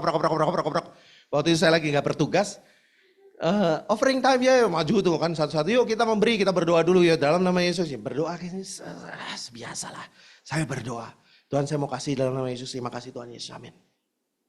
You know, saya sudah siapin uang itu ditaruh di kantong, guys. Selalu gitu. Persembahannya terbaik nih men. Udah gaya lah pokoknya. Terbaik banget. Saya selipin. Kita diajar bahwa waktu kita memberi itu nggak kayak kepada orang miskin, nggak selek gitu ya, nggak. Betul-betul. Saya datang, saya masukin aja. Saya datang tuh seperti itu. Saya datang, terus saya balik lagi ke kursi. Di tengah jalan mau ke kursi, Roh Kudus kayak bilang gini, kamu ngasih Tuhan tuh kayak ngasih ke pengemis. Waduh, tar dulu Tuhan Roh Kudus gimana? Langsung saya buru-buru ke tempat duduk, saya berdoa. Roh Kudus gimana? Aku tuh gak perlu uangmu. Aku perlu hatimu. Aku mau lihat hatimu kayak apa. Waktu kamu datang ke depan, sepertinya kamu kayak beri persembahan biasa aja. Coba lihat apa yang sudah Bapak lakukan buat kamu, mampus. Di situ saya nangis-nangis, Tuhan ampun. Puji Tuhannya saya bawa cash lebih. Saya tarik semua, Tuhan. Aku mau kasih yang terbaik. Pokoknya aku mau kasih yang terbaik. Udah sembari nangis-nangis. Di depan member itu, di depan kotak itu ya, aku cuma bilang gini, Tuhan, ini gak bisa ganti buat apa yang sudah kau lakukan di atas kayu salib. Aku mau mengucap syukur Tuhan buat ini. Bam, mundur. Duduk, saya harus ingat. Berarti saya harus puasa besok dan besoknya. Karena itu duit persembahan saya, Pak, duit hidup saya itu. Ya tapi sekali lagi, saya hidup sekarang. Bahkan badan saya lebih gendut daripada sebelumnya. Saya naik 15 kilo dalam waktu 3 bulan. Nah saya nggak kekurangan tuh. Ngerti? Fokus sama Tuhan. Jangan sama materinya. Tuhan Yesus tuh bukan pimpro investasi kita ya, kita nabur 50.000, Tuhan terima kasih, ntar minggu depan jadi 50 juta, enggak gitu ya. Lu pikir Tuhan ini apa manajer investasi? Enggak ya. Kita nih berhutang, makhluk-makhluk yang berhutang, tau enggak sih? Lu ngasih itu tuh enggak akan ganti, enggak bisa ganti pengorbanan Yesus di atas kayu salib. Jadi waktu kamu kasih tuh ngucap syukur sama Tuhan. Jangan mengeluh waktu ngasih tuh, aduh memberi lagi. Oh dapat cuma gak usah. Saya mau bilang ya, kalau kamu memberi, hatimu bilang gini, aduh memberi lagi, udah tahu kekurangan, gak usah. Itu akan ngundang kutuk dalam hidupmu. Karena Tuhan bilang berilah dengan rasa syukur, jangan dengan pelit hati atau dengan pahit hati atau karena paksaan. Jangan karena sedih hati, jangan. Justru di situ waktu Paulus ngajarin kita harus kasih dengan sukacita. Yes Tuhan, makasih Tuhan. Thank you so much Tuhan. Ini gak bisa balas Tuhan apa yang Tuhan lakuin. Tuh fokusnya itu. Fokusnya sama Tuhan. Dan Tuhan akan berkati kamu berlipat kali ganda. Amin. Matius 6 ayat 21.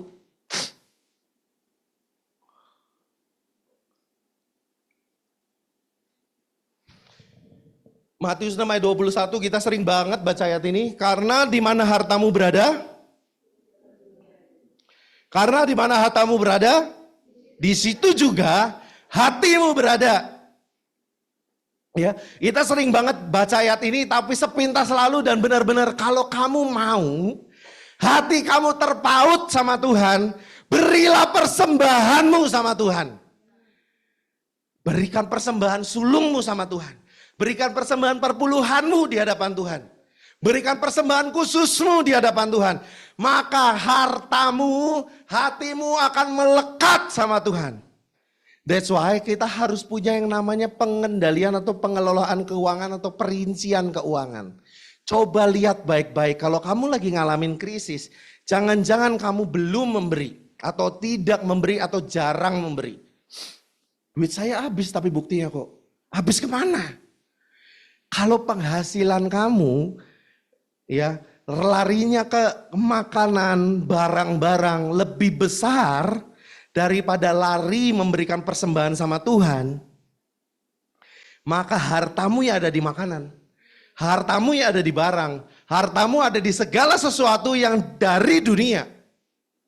Tapi waktu kamu memberikan persembahan buat Tuhan, ngengat dan karat nggak merusakkannya.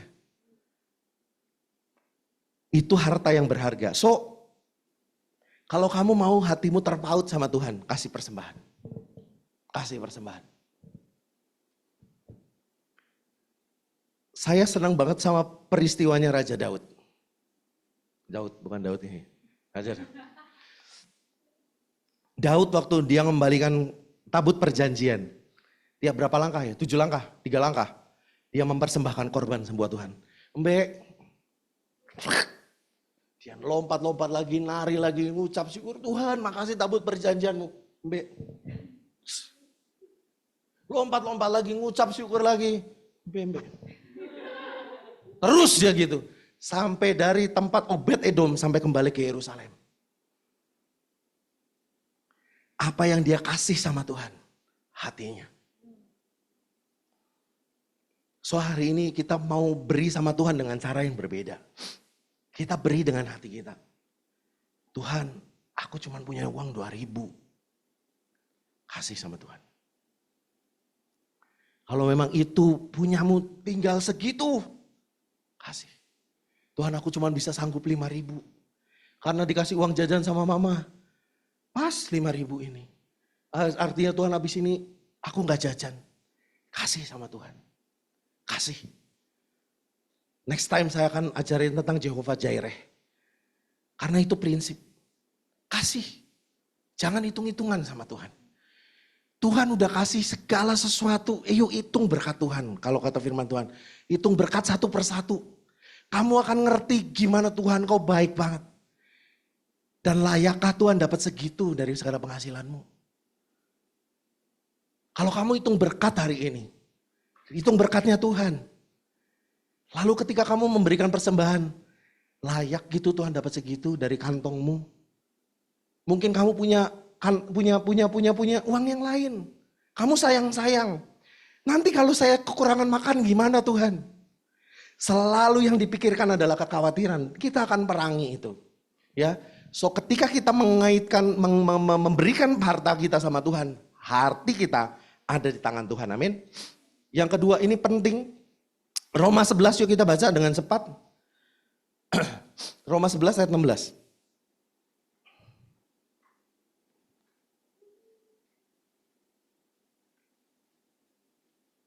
Wow.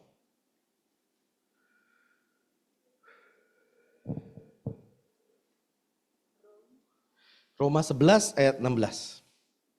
Kenapa kita memberikan sulung kita, perpuluhan kita, sulung kita sama Tuhan. Roma 11 ayat 16, 1, 2, 3. Jikalau roti sulung adalah kudus, maka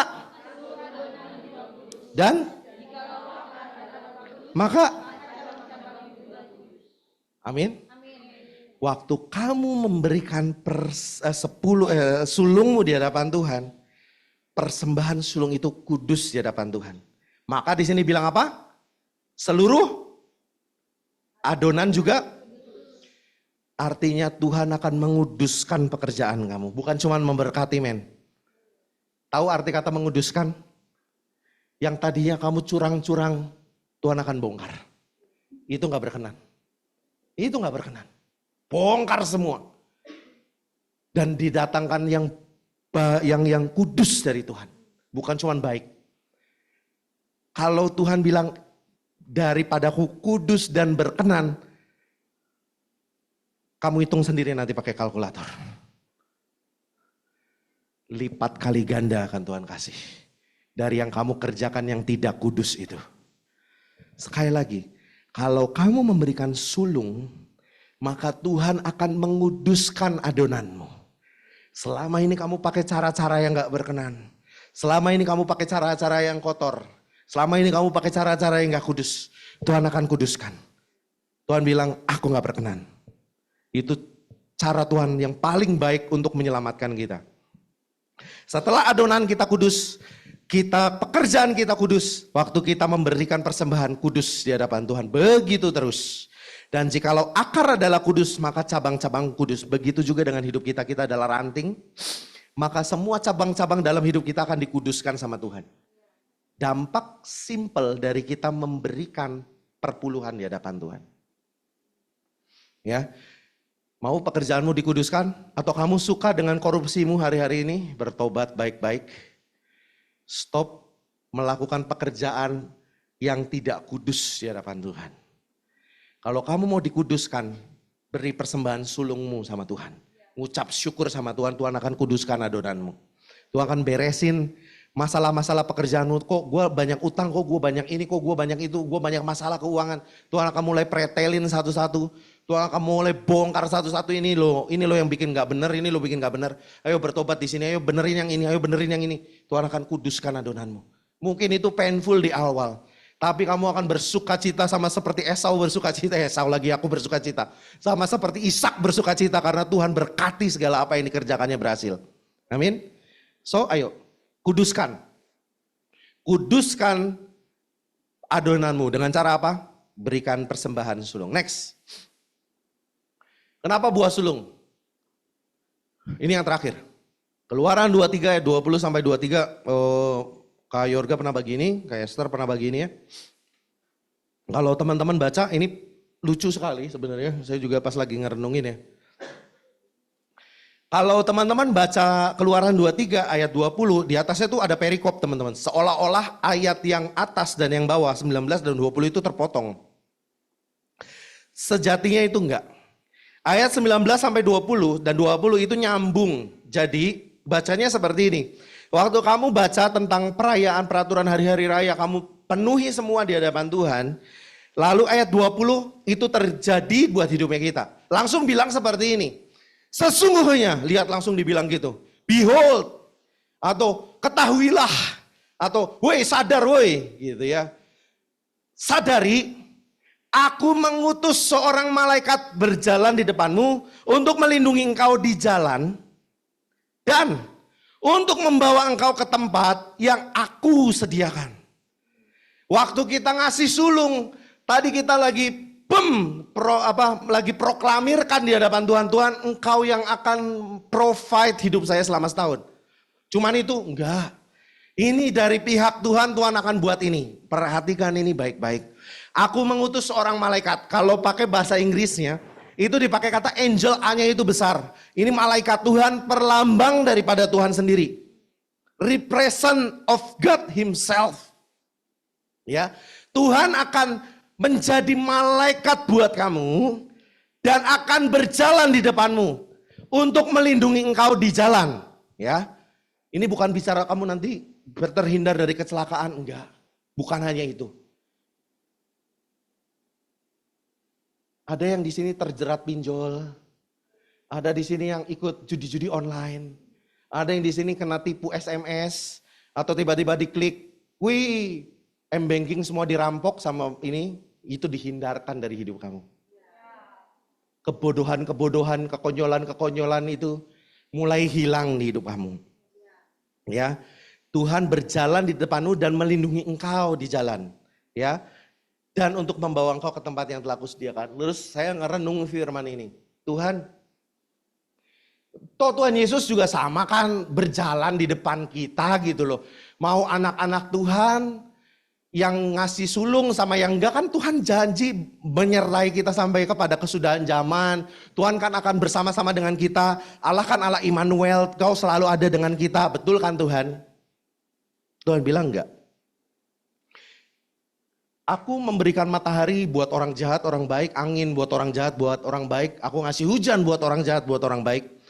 Aku ada dengan anak-anakku, Allah Immanuel. Buat ini kamu baca baik-baik. Saya juga ngerenung ayat ini. Lah sama aja ngasih persembahan sulung sama enggak sama aja. Kan Tuhan berserta dengan kita. Berjalan di depan kita sama aja. No. Baca kalimat selanjutnya. Sesungguhnya aku mengutus seorang malaikat di depanmu dan untuk melindungi engkau di jalan. Dan apa? Dan untuk apa? Dan apa? Dengan keras dan apa? Siapa yang mau? Tahun ini adalah tahun di mana pintu akan mulai dibuka. Sudah dibuka dan kita akan masuk gitu. Waktu tahun ini kita klaim janji Tuhan, kita proklamirkan, kita berikan sulung. Di sini Tuhan bilang, aku akan bawa kamu ke pintu yang udah aku kasih. Bam! Yang lain I'm so sorry gak bisa. Yang kedua, ini bicara soal visi ilahi Tuhan. Waktu kita proklamirkan visi, waktu kita proklamirkan sulung kita sama Tuhan, kita memberi sulung kita sama Tuhan. Tuhan akan bawa kita bukan hanya melindungi kita di jalan, tapi akan membawa kita menggenapi visi yang sudah Tuhan siapin. That is the power buat kita ngasih persembahan sulung. Begitu juga dengan perpuluhan sebenarnya. Nanti dibagiin dari sisinya Melkisedek. Tapi saya mau fokus ke ayat yang ini dulu. Lihat ini baik-baik. Waktu Tuhan berjalan di depanmu ketika kau memberikan persepuluhan. Memberikan sulung. Itu berbeda dengan janji Tuhan apa yang tertulis dalam firman Tuhan. Mengenai aku Allah Immanuel. No. Di sini ada hal-hal yang khusus yang spesifik yang akan Tuhan kasih. Salah satunya itu, membawa engkau masuk ke tempat yang akan kusediakan buat kamu. Yang kedua, Tuhan akan bawa masuk ke visi yang akan Tuhan, di mana kamu harus ada. Ya, nanti bicara lagi soal 7 gunung. Sampai sini. So, Tuhan sendiri berjalan di depan kita. Bukan untuk case-case yang umum, enggak. Sekali lagi ini spesial case, kamu akan memiliki hubungan yang karib dengan Tuhan. Tuhan akan buka dirinya untuk berkenan dirinya untuk ditemui sama kamu. Dan kamu akan berjalan bersama-sama dengan dia. Sampai kamu ngalamin kepenuhan ilahi, sampai kamu ngalamin kemenuhan dalam pengenalan akan Tuhan. Ya, dan membawa kamu ke visi yang sudah Tuhan siapin. Amin. Dan yang kedua, ya, lucunya di ayat yang kedua, ya di ayat 23. Di ayat yang ke-23, tetapi jika engkau sungguh-sungguh mendengar kata-katanya dan melakukan segala yang kufirmankan, maka aku akan memusuhi musuhmu dan melawan-melawanmu. 23, perhatikan ini. Sebab malaikatku, sama my angel, hanya besar juga, Tuhan sendiri, akan berjalan di depanmu dan membawa engkau kepada orang Amori, orang Het, orang Feris, orang Kanaan, orang Hewi, dan orang Yebus, dan aku akan melenyapkan mereka. Ya, ini janji firman Tuhan. Ya, unik di ayat 23, di sini dibilang seperti ini, sebab malaikatku akan berjalan di depanmu dan apa? Membawa engkau kepada orang Amori. Siapa di sini yang membawa kita? Malaikat Tuhan atau Tuhan sendiri. Tuhan dengan sadar membawa kita ke musuh-musuh kita. Kalau ada musuh, ya bisa kita hindari dong, benar gak sih? Ini ada musuh nih, musuh mau nyerang, saya hindarin dulu deh. Kan gitu ya? Enggak loh. Di sini lagi bicara siap atau nggak siap. Di sini lagi nggak bicara kamu akan dipenuhi dari tempat yang maha tinggi, kuasa penuh. Wah, kamu akan jadi orang yang luar biasa. Lalu kamu akan ketemu sama orang Amori. Enggak bilang gitu. Malaikatku akan berjalan di depanmu kayak yang tadi tuh. Dan akan bawa kamu ketemu sama musuh-musuhnya kita nih. Orang Amori, orang Het, orang Feris, Kanaan, Hewi, Yebus. Aku sendiri akan melenyapkan mereka. Waktu kamu ngasih sulung, kamu lagi mau izinkan Tuhan untuk memproses hidup kamu secara detail.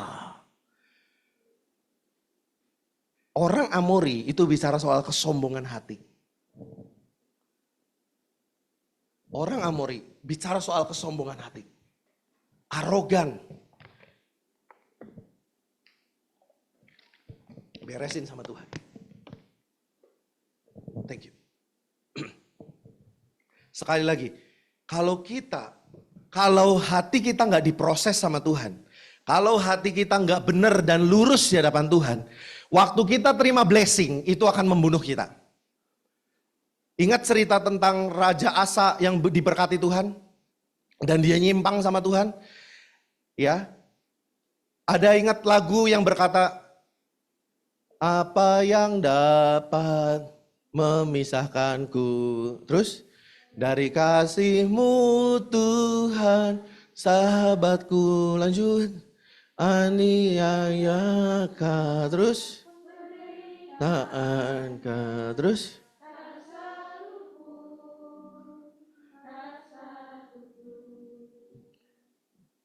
lihat ya, mungkin kita tuh powerful banget kalau ngalamin kesusahan, penderitaan, aniaya, pedang, wah pokoknya hidup Kristus, wah yes.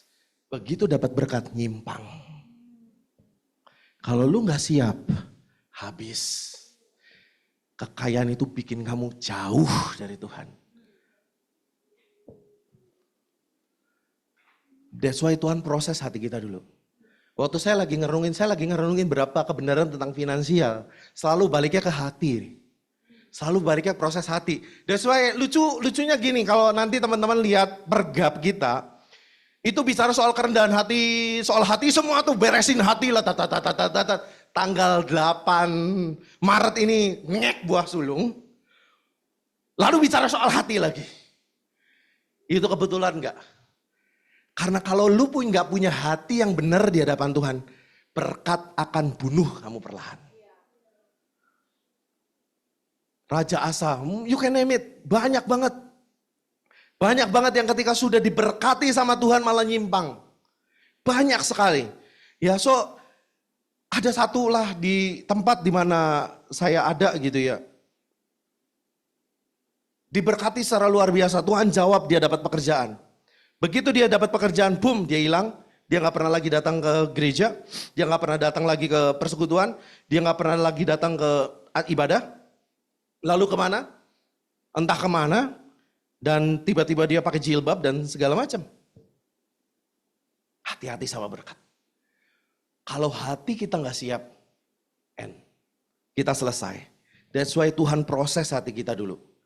Ya, dia proses hati kita dulu. Ingat cerita anak kayak orang yang kaya waktu Tuhan Yesus suruh ini meninggalkan segala sesuatu. Yesus bilang, oh ada anak muda kaya, dia mau ketemu sama Tuhan Yesus katanya, mau ketemu sama engkau. Oke, gimana guru supaya aku dapat hidup yang kekal? Gampang, ikuti semua apa yang tertulis dalam Taurat, lakuin dan kamu akan dapat kehidupan yang kekal. Tuhan, aku udah ikutin itu tuh dari waktu aku kecil sampai sekarang dan semuanya udah aku lakukan dengan sempurna. Oh, simple. Ada satu hal lagi yang kalau kamu mau lakuin ini, kamu ikut aku. Gimana caranya? Jual segala milikmu. Kembalilah ke sini dan ikutlah aku.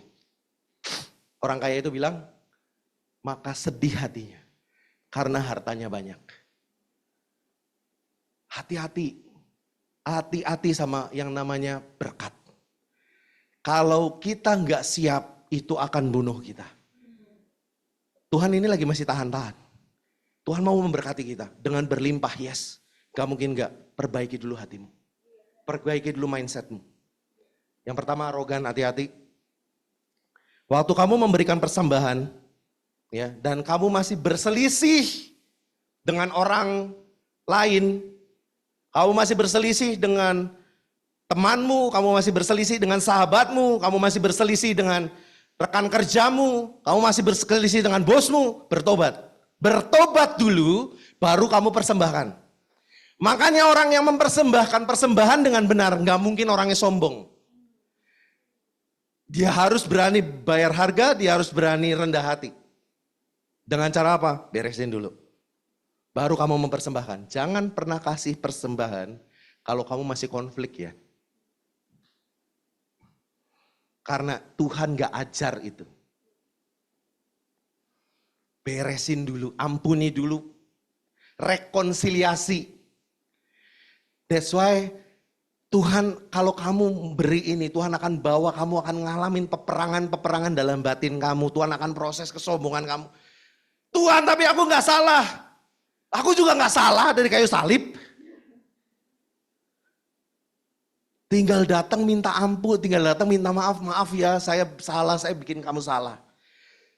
Ya, kalau ada kedapatan, kamu lagi mau mempersembahkan korban, lalu ada ingat selisih dengan saudaramu, beresin dulu dengan saudaramu, dan kembali lalu persembahkan korban yang harum di hadapan Tuhan.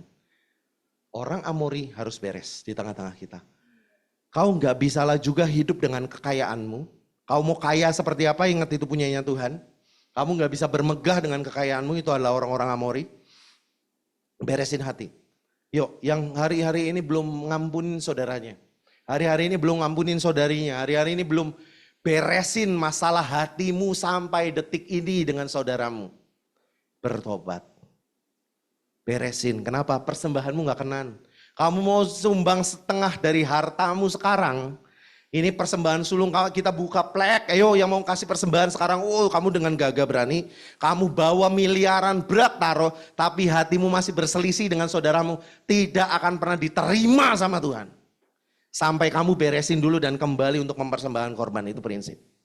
Kamu angkat tangan, nangis-nangis sampai wah, muncrat-muncrat ludah kamu. Kamu nyembah Tuhan, persembahanmu gak berkenan.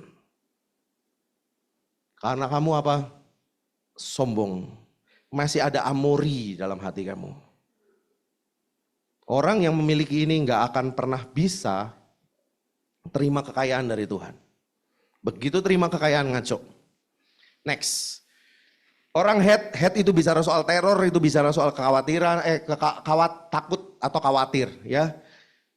Tuhan juga akan beresin masalah kekhawatiran dalam hidupmu. Kamu khawatir apa? Masa depanmu, keuanganmu, bawa di hadapan Tuhan, beri. Makanya saya bilang, wah, kalau mau hidupmu sehat, nggak punya khawatir, kamu kasih sama Tuhan dengan mengucap syukur. Tuhan, dah. Hidupku punya Tuhan. Singkirin segala kekhawatiran. Why? Karena masih ada orang head, masih ada spirit of head dalam hati kita, kita nggak akan pernah bisa memberi. Kalau memberi takut, nanti gimana ya? Nanti kalau saya kurang gimana ya? Kalau saya nggak makan gimana ya? Sedangkan waktu memberi itu perlunya iman, bukan ketakutan. Sikap hati dalam memberi itu harus punya iman, bukan takut. Karena dulu saya ada di sini. Waktu saya ngasih persembahan, saya takut saya besoknya nggak bisa makan. Karena roh miskin saya begitu besar. Ya, dan terus bertobat. Cara menghempaskannya gimana? Beri. Tuhan suruh berapa? Kasih. Tuhan nanti saya nggak makan. Saya bilang saya akan puasa juga nggak apa-apa Tuhan, saya kasih. Orang head, spirit of head akan menyingkir dari dalam hidupmu. Ketiga, orang Feris. Feris bicara soal nggak punya disiplin, nggak bicara soal nggak punya aturan. Ini akan dihancurkan dalam hidup kita. Ya, makanya orang-orang yang akan diberikan berkat keuangan yang besar, dia pasti punya disiplin tingkat tinggi. Dia pasti mencatat, dia pasti catat keuangan, dia pasti budgeting, dia pasti investing, dia pasti atur baik-baik keuangannya dan dia bisa jadi pribadi yang bisa dipercaya sama Tuhan untuk pegang keuangan yang besar. Amin. Ini harus get out dari dalam hidupnya kita. Datang sama Tuhan, minta ampun sama Tuhan kalau kamu nggak disiplin, catat uang, ya, kamu nggak punya aturan, dan kamu nggak mau dididik, nggak mau didisiplin, ini juga hati-hati. Ya, makanya orang-orang yang nggak bertahan dalam pemuridan adalah orang-orang yang berontak. Waktu kamu diizinkan Tuhan, mengizinkan Tuhan bekerja melalui pembimbingmu untuk memproses kamu, dan kamu gak berontak, kamu lolos. Ya, waktu kamu mengizinkan Tuhan nih, Tuhan, aku mau jadi pribadi yang gak berontak, dimuridin deh. Karena di situ tuh prosesnya dari Tuhan ada, gitu ya.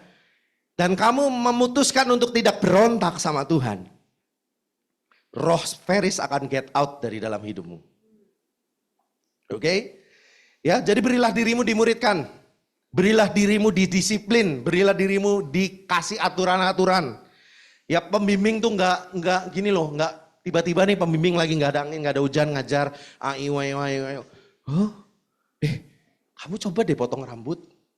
Udah nurut aja apa sih? Udah nurut aja.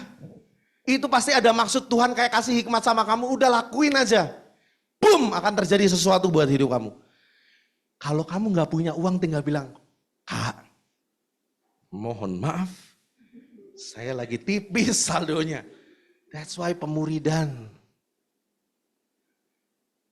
Itulah pemuridan. Kita gak ngitung duit.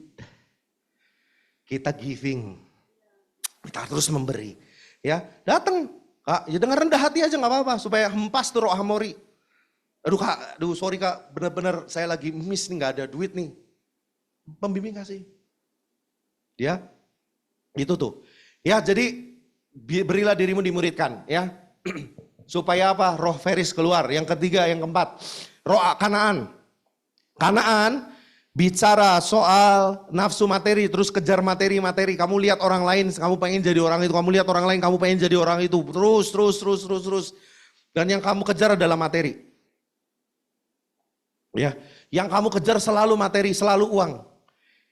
Waktu Tuhan say something, kalau spirit of Kanaan masih ada dalam hidupnya kita, dia akan selalu responnya seperti ini. Tuhan, lalu modalnya dari mana? Nanti uangnya dari mana? Spirit of Kanaan. Ya, enggak. Sama Tuhan enggak hitung-hitungan. Tuhan yang kasih, Tuhan yang provide. Tuhanlah yang memberikan benih buat para penabur, amin. Jadi ngapain kamu kejar-kejar materi? Semuanya itu dicari sama bangsa-bangsa yang tidak mengenal Allah. Stop sama cari-cari materi.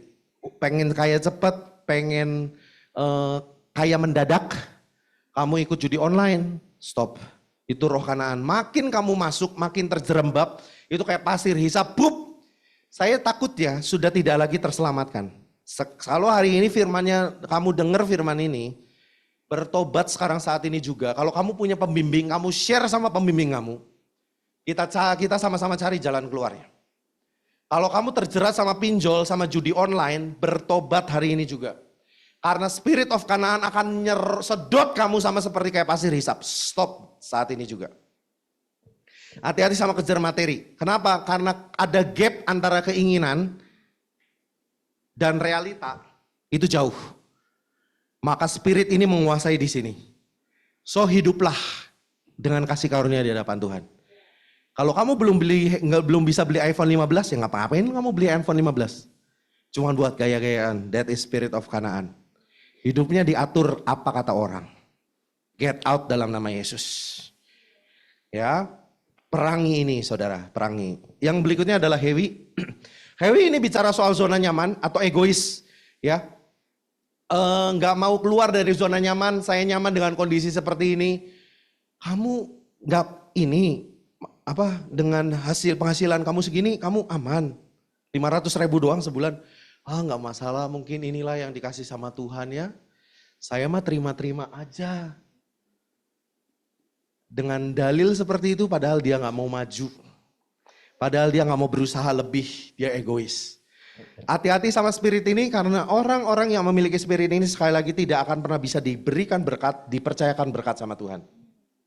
Ya, Hewi bicara sekali lagi zona nyaman atau keegoisan. Dia nggak mau berubah, dia nggak mau bertobat, dia nggak mau ditegur. Nah ini orang Hewi. Disuruh ngelakuin firman apa dia nggak mau ikut. Terakhir adalah orang Yebus. Orang Yebus bicara soal amoral atau kecemaran. Jadi ketika diberikan berkat malah dipakai sama hal-hal yang gak guna. Dipakai untuk ngelakuin hal-hal yang bejat, hal-hal yang rusak, hal-hal yang amoral. Ini menyangkut masalah seksual. Ya, pergi ke pelacuran, punya istri 4, punya istri 8 gitu ya. Ini orang Yebus. Spirit of Yebus juga harus keluar dari tengah gereja Tuhan, amin. Supaya Tuhan berkati kita berlipat kali ganda. Di sini ada 6.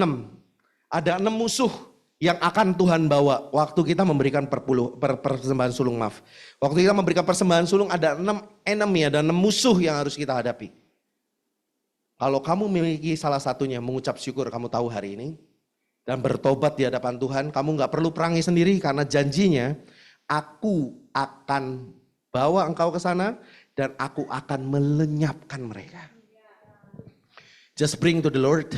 Bawa aja sama Tuhan. Tuhan, aku ternyata punya karakter ini Tuhan. Tolong aku perangi karakter ini. Tuhan, aku punya roh amori Tuhan. Aku ini sombong banget. Kenapa sih Tuhan masih mempertahankan harga diri Tuhan ini. Aku masih punya ini Tuhan. Datang sama Tuhan.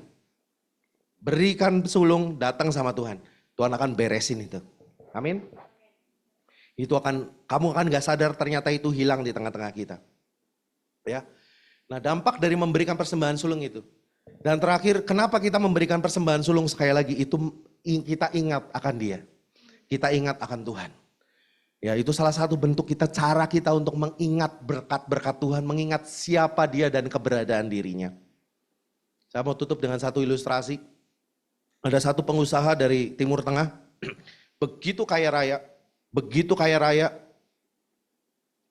ya sangat kaya, bayangin dia punya mobil banyak, mobil sports car banyak sekali. Satu kali dia berkunjung ke sebuah market dan dia lihat ada satu bapak-bapak, dia turun dari mobilnya ada satu bapak-bapak, dia lihat di situ dia begitu sukacita. Bapak-bapak ini senyum, dia ketawa gitu, aduh hari ini indah gitu ya. Terus bilioner ini datang ke bapak-bapak ini dan dia tanya ini ngapain kok kayak orang sinting gitu ya. Tapi dia penasaran kenapa nih bapak begitu bersukacita. Pak permisi, saya mau tanya sesuatu. Kenapa? Kenapa Bapak bersukacita sekali? Dia bilang seperti ini, karena aku adalah orang paling kaya di dunia. Wah, makin gak terima, Sultan. Kenapa Bapak bilang gitu? Karena lihat dari atas sampai bawah gak ada yang spesial banget gitu. Kaya dari mananya? Saya senang karena saya adalah orang yang paling kaya di dunia. Saya orang yang paling senang di dunia. Oh, kenapa? Udah mulai agak nyinyir gitu ya. Kok bisa seperti itu? Bapak tahu pakaian yang saya pakai? Ini harganya, ya kalau dirupiahin, ini harganya 1.500.000. Ini harganya 1.500.000, makin syok. Ini pakaian baru dan harganya 1.500.000. Kaya dari mananya kata Sultan ini? Hah? Gua bisa beli ini sama pabrik-pabriknya. Kaya dari mana lu? Lalu dia bilang seperti ini, karena anak saya dia kasih gaji pertamanya untuk membelikan saya ini. Dia belikan satu setel pasangan yang terbaik dari gaji pertamanya Pak. Artinya dia ingat saya. Dia sayang sama saya. Dia cinta sama saya. Dan saya cinta sama anak saya. See?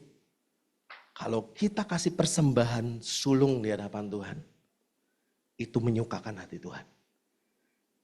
Dan kalau Tuhan sudah disenangkan, maka apapun yang timbul dalam hatimu akan Tuhan jawab. Apapun doa yang naik dari mulut bibir kecilmu itu akan Tuhan jawab. Siap untuk memberikan sulung tahun ini? Siap. Kak, saya nggak punya uang, gimana Kak? Percaya bahwa Tuhanlah yang memberikan benih untuk para penabur. Ya, kalau kamu yang udah kerja, kamu kayak nggak punya uang gitu, aduh Kak, saya takut, nggak usah takut ya. Kok nabur aja takut? Sekali lagi di persembahan sulung, sekali lagi ini tidak wajib. Tapi saya dorong setiap kita untuk ngalamin ini, karena ini luar biasa sekali. Ya, ini nggak kayak persembahan perpuluhan yang ada dampaknya. Tapi kalau kita sama-sama ngelakuin sulung, sekali lagi, kita akan ngalamin yang namanya next level dalam memberi. Hati kita lagi mau bilang sama Mamon, sama Tuhan, Tuhan hatiku nggak terikat nih sama duit. Hatiku nih terikatnya sama Engkau. Amin. So siapin diri, tanggal bulan April nanti di pertengahan biasanya ada pengumumannya. Teman-teman siapin persembahannya. Lalu nanti di situ kita akan sama-sama didoakan, kita sama-sama berdoa dan akan didoakan. Mungkin kita akan gabung juga dengan pusat, nanti Kak Yorga akan berdoa bersama-sama dengan kita. Teknisnya nanti kita akan bicarakan. Ya, kasih yang terbaik buat Tuhan. Yuk munculnya dari hati. Habis ini kita persembahan. Teman-teman yang di Zoom juga, habis ini kita akan persembahan. Yuk kita kasih yang terbaik buat Tuhan. Kalau selama ini kamu ngasih persembahan tuh biasa-biasa. Kamu ngasih persembahan kayak kamu ngasih ke pengemis, bertobat. Hari ini dengan sukacita, dengan penuh cinta sama Tuhan, kasihlah persembahanmu.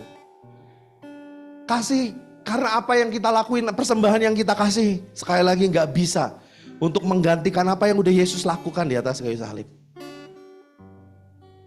Mari kita berdoa.